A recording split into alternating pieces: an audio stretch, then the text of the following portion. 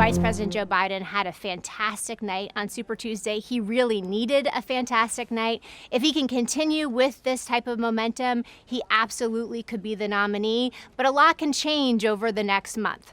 If this momentum carries through to the contest in the middle of March, especially Florida and Georgia, Florida's on March 17th, Georgia's on March 24th, then he could be, the front runner and the clear nominee by the end of March. However, if Bernie Sanders ends up reviving and doing better in those contests than is expected, we may actually get to a brokered convention, a dynamic where we get to the convention in July and there is no clear nominee. If no one candidate has a simple majority of delegates, then it becomes to this sort of brokered convention context where all of the delegates then become released from the candidates that they were previously supporting, and then they become kind of free agents. This hasn't happened since 1952 in our primary process, so really unprecedented, but would likely be bad for Democratic unity, bad for the Democratic Party just in general, and probably good for President Trump.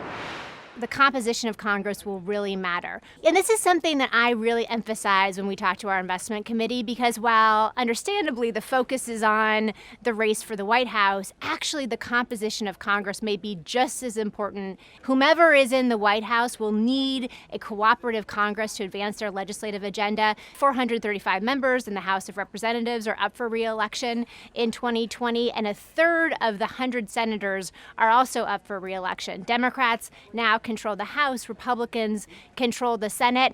If there's a Democratic nominee like Joe Biden, and if he were to win the White House, then probably the Senate flips to Democratic control, and that would help him in terms of passing his legislative agenda.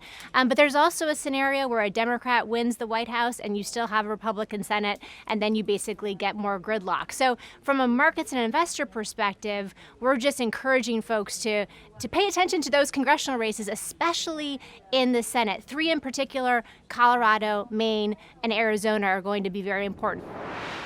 The subject of market volatility is very relevant right now, and many people are wondering, what can President Trump actually do to stimulate the economy? And the reality is, without Congress, not very much. Congress is the entity that authorizes new spending. They would be the entity that would authorize tax cuts, and that just doesn't look very likely as of now. What I think we'll continue to see is sort of, $10 billion here, $10 billion there, but nothing really that fulsome in terms of stimulating the economy, which will probably frustrate President Trump. It's just the realities of balanced government.